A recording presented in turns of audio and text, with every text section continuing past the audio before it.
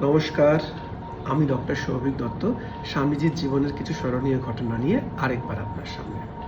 স্বামীজির মা শ্রী ভুবনেশ্বরী দেবী স্বামীজিকে শিখিয়েছিলেন, বাছা, আজীবন পবিত্র থেকো।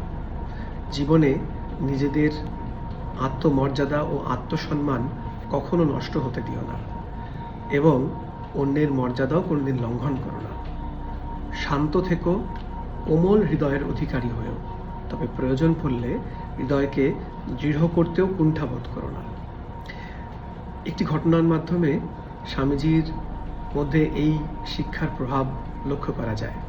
একদিন স্বামীজির বাড়িতে তার বাবার এক বন্ধু এসে অকারণ স্বামীজিকে নিয়ে নানা উপহাস এবং অবহেলা করেন।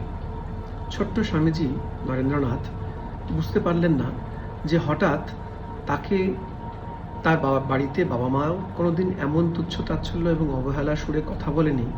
এই ভদ্রলোক কেন এরকম বলছে? অনেকক্ষণ সহ্য করার পরে স্বামীজি আহত সর্পের মতো গর্জে উঠলেন।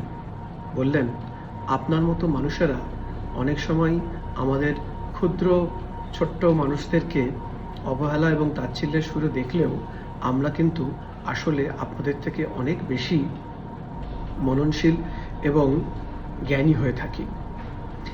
এমন কথা বলার পরে স্বামীজির সঙ্গে ওনার খানিকক্ষণ আলোচনার ফলে উনি নিজের ভুল বুঝতে পারেন এবং স্বামীজির কাছে সস্নেহে ক্ষমা চান। কঠোপনিষদে আমরা নচিকেতার মধ্যেও এইরূপ আত্মশ্রদ্ধার ভাব দেখতে পাই।